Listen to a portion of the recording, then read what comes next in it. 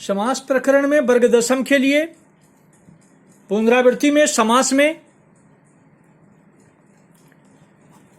वर्ग दशम के लिए समास में भी अव्ययी भाव, तत्पुरुष, द्वंद्व, ये सब इस बात के सिलेबस में है। लेकिन हमें समास की विशेषता सबकी जानकारी रखनी चाहिए जिससे हम सबका जवाब क्लियर से कर पाए। अब सेंटेंस रहेगा, जैसे मैंने द्वंद्व समास से मैंने पढ़ाया है। द्वंद्व समास में मैं सेंटेंस डालता हूं कि माता पितरों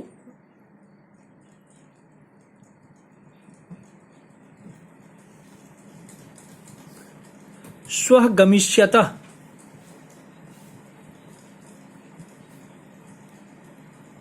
माता पितरों स्वः गमिष्यतः, माता और पिता कल जाएंगे। तो माता पिता का समास विग्रह क्या होगा? द्वंद्व समास का नियम है कि उभय पद प्रधानो द्वंद्व। जिस समास में दोनों पद प्रधान होता है वह द्वंद्व समास होता है। और द्वंद्व समास के लिए आवश्यक होता है कि उसमें च का प्रयोग हो, इसलिए इसे चार्थे द्वंद्व भी कहा जाता है। कि इसका आंसर हो जाएगा माता च पिता च। माता च पिता च, माता और पिता, इसका आंसर हम लिखेंगे माता च पिता च, माता और पिता। वैसे दूसरा सेंटेंस भी हम इसमें डाल सकते हैं कि पितरों स्वः गमिष्यतः। पितरों स्वः गमिष्यतः, इसका भी अर्थ यही होगा जो ऊपर वाले का अर्थ है। माता पितरों स्वः गमिष्यतः, पितरों स्वः गमिष्यतः। तो इसका आंसर होगा माता च पिता च, माता च पिता च। एक शेष द्वंद्व से इसका भी लोप हो एक का लोप हो जाता है। पितरों मीन्स माता पिता। इसमें नियम है कि एक शेष द्वंद्व में दो प्रधान पदों में पुल्लिंग की प्रधानता होती है। दो प्रधान पदों में पुल्लिंग की प्रधानता होती है। अब सेंटेंस डालते हैं तीसरा में, को भेदः पिकः च काकः च तयो। पिकः च काकः च तयो।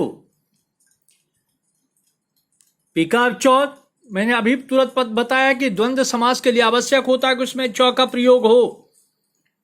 अगर पिका च काका च रहता, क्या भेद है कौवा और कोयल में?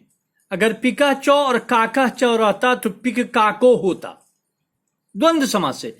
लेकिन तयो है, सप्तमी का द्विवचन है, तो आंसर हो जाएगा पिक काकयो।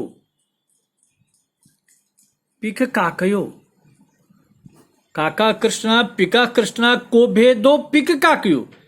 क्या भेद है कौवा और कोयल में? क्या भेद है कौवा और कोयल में? द्वंद्व समास से। नंबर नेक्स्ट, क्रोधा च लोभः च